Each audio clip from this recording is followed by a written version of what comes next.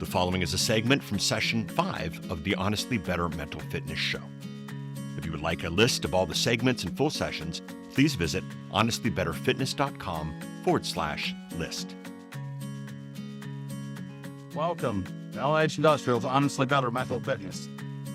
I'm Mike Lomber. I'm the president of LH Industrial, standing in the middle of a breezeway in the shop in Tempe, Arizona, to get an idea of what we do behind us here.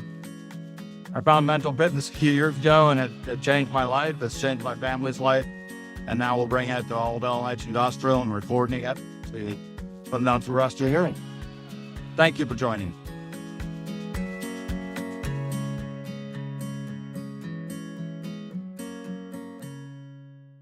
When you find yourself in that moment, in the thing that you care about, and the fear monkey jumps on your back, right? Like we said, once the fear monkey got somebody, when you're just like, you can't handle anything else, and your brain is going crazy, right? So what's some like emergency panic button strategies to use in those situations?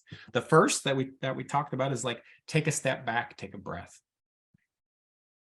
Change your perspective. We get stuck in this thing and we're like, I can't do it. I can't figure it out. It's like, take a step back. And it's like, oh, right. There's all these other resources. There's all these other ways to do this thing, to move through here. Right? So when you are fixated on something and you're struggling with it, take a step back. In airborne school, it's a super interesting school because you are training for a singular moment in time in which no one will be able to help you, that you will be completely on your own, and you'll never get to experience until you experience it for the first time. And if that time you aren't ready, it's too late and you're screwed, right? Like it's this weird thing. And I got there and it was like, it was almost like a joke. Like everything was a ditty. Like they did little like almost like dances and stuff, and they had like little songs to go with everything. And it feels like in this one way of like, what is this dog and pony show that we're doing? And we're saying all these little song things. And then like, I started like thinking about a lot of stuff, and we like, you make those little mantras, little sayings, little ditties. And then the more I thought about it, is like, oh, it's because those are the things that you stick with you when your logical, rational mind like goes out the window. And when you jump out of a plane for the first time, your logical, rational mind goes out the window, and you're training for that state. And so I bring this in, and this was something that I did with everyone that I worked with. I trained, like, you will hit those points where nothing matters. Your brain just totally goes into like panic. You've been totally hijacked. And we said the fear monkey's got you. Like he jumped on your back and he's just got you, and you're losing it. And so for me, when I train people, I'd say have a panic button, and it might be like a mantra or something like that. And we literally like write it on a rock, and you carry this thing around in your pocket. And so like, there's one thing that you had to remember when you hit that point, and that's it. It was just like to remember to pull out the rock and say what it says and read it. And if you have a challenge in front of your life, I don't know what it is for you. Maybe it's your relationships or career, whatever that thing that's most important to you right now is, in the way of life that you want to be. Like, write it. Like, write that thing of like, what would help you in that moment? What would help you find that space, and pull it out. And those airborne ditties were the same things. Like you're like just in chaos, like flying through the air, and you don't know which way's up and which way's down. And it was like, oh yeah, just remember the stupid ditty. And it was like, oh yeah, I get it now. Like, da da da da da, pull this, do that, to that. Oh my God, it worked. Like it's train it like you're an idiot. Like, make it so simple, like you're a complete idiot, that when you hit that red zone point, when you are being the way you don't want to be in life or whatever it is, pull that rock out of your pocket, read it. And the last thing I might share is one of the most challenging things, and I think it's most similar to life, is actually learning to navigate in the wilderness. And if there was like a task out there that got most people, that was the task. And I wish I had a whiteboard here to show you, but I'll have to do some finger puppet shadow things here that you can hopefully understand.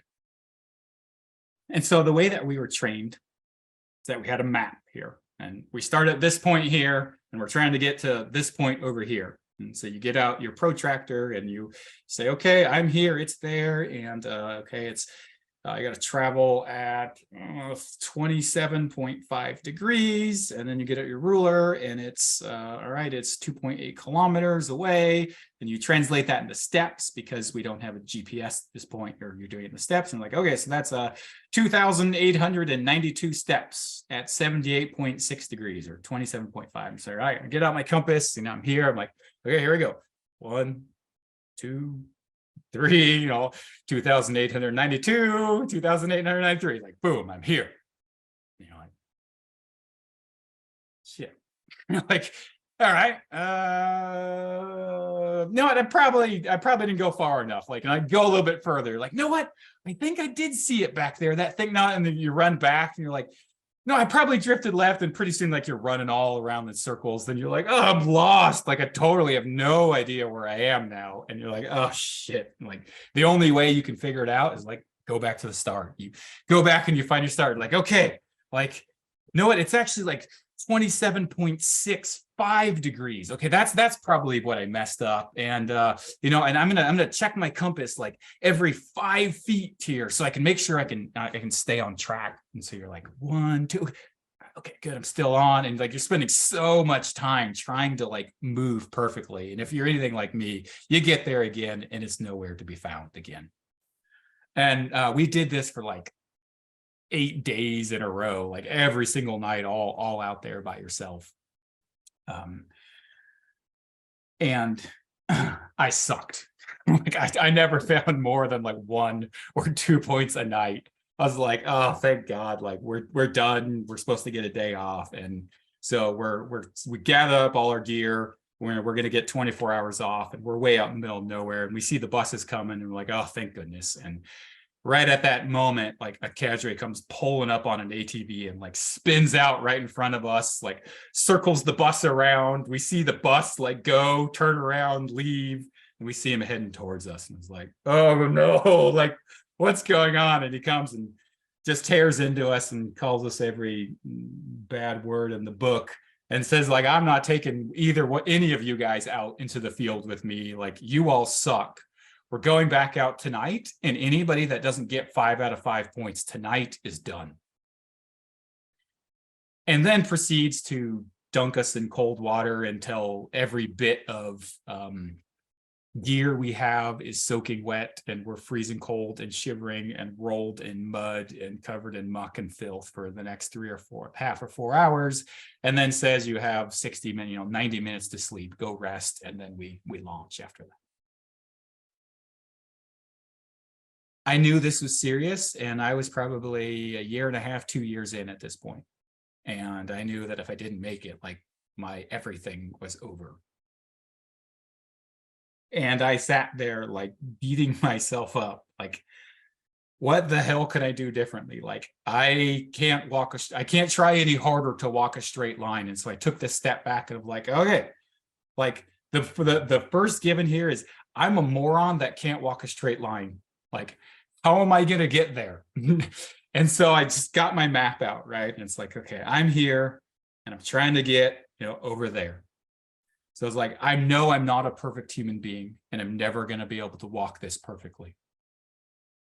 But there's some mountains to the north. Maybe an idiot, but I know what mountains are.